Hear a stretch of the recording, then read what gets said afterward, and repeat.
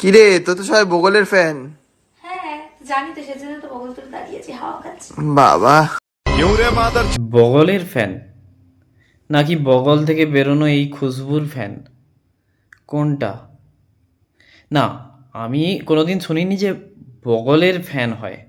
কারণ বগলে যে সমস্ত সরি, বাংলা দেশি শুদ্ধ বাংলা ভাষায় যেটা চুল থাকে, তো সেই চুল থেকে তো অনেক বাজে গন্ধ বেরোয়।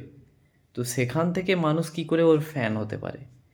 বরং বগলে যদি এই স্প্রে মারা হয়, ওর বগলে আগে গিয়ে এই স্প্রেটা মেরে আয়, তারপরে আমি বলছি। এই স্প্রে আগে মারার পরে যখন একটা সুগন্ধ চারিদিকে ছড়িয়ে ওঠে, চারিদিকে ছড়িয়ে পড়ে, ছড়িয়ে পড়ার পরে তখনই আশেপাশের লোকেরা বলবে যে হ্যাঁ, মেয়েটার গা থেকে কিন্তু একটা সুন্দর স্মেল আসছে, যাতে আমরা ইমপ্রেস হয়ে যাচ্ছি।